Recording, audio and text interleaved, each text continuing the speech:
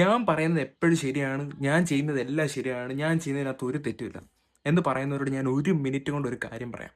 ചെറിയ എക്സാമ്പിൾ വെച്ചിട്ട്, ആപ്പിളിൻ്റെ ഫോൺ എനിക്ക് ഭയങ്കര ഇഷ്ടമാണ്. ആപ്പിൾ അവരുടെ ഫോണിൽ വെറും 3000-3500 mAh റേഞ്ചിലുള്ള ബാറ്ററീസേ പ്രൊവൈഡ് ചെയ്യാറുള്ളൂ.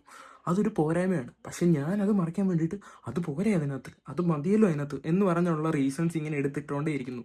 ആ തെറ്റൊരിക്കലും ഞാൻ അക്സെപ്റ്റ് ചെയ്യത്തില്ല.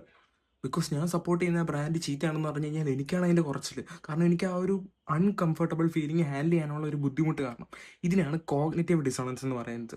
സോ ഞാൻ പറഞ്ഞു വരുന്നത്, നമ്മൾ വിശ്വസിക്കുന്ന കാര്യങ്ങളും നമ്മൾ മുന്നോട്ട് വെക്കുന്ന നിലപാടുകളും എത്രത്തോളം തെറ്റാണ് ശരിയാണെന്ന് ഉൾക്കൊള്ളാനുള്ള ശക്തി നമുക്കില്ലെങ്കിൽ നമ്മൾ പതിയെ ഒരു പരാജയമായി മാറിക്കൊണ്ടിരിക്കും, കൺഫേം.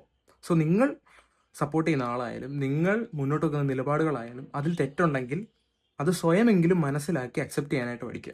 ഓക്കെ, അതല്ല നിങ്ങൾ സ്റ്റബോൺ ആയിട്ട് നിൽക്കുകയാണെന്നുണ്ടെങ്കിൽ ഒരിക്കലും വിജയത്തിലേക്ക് നിങ്ങളെ കൊണ്ടുപോകത്തില്ല. ബൈ.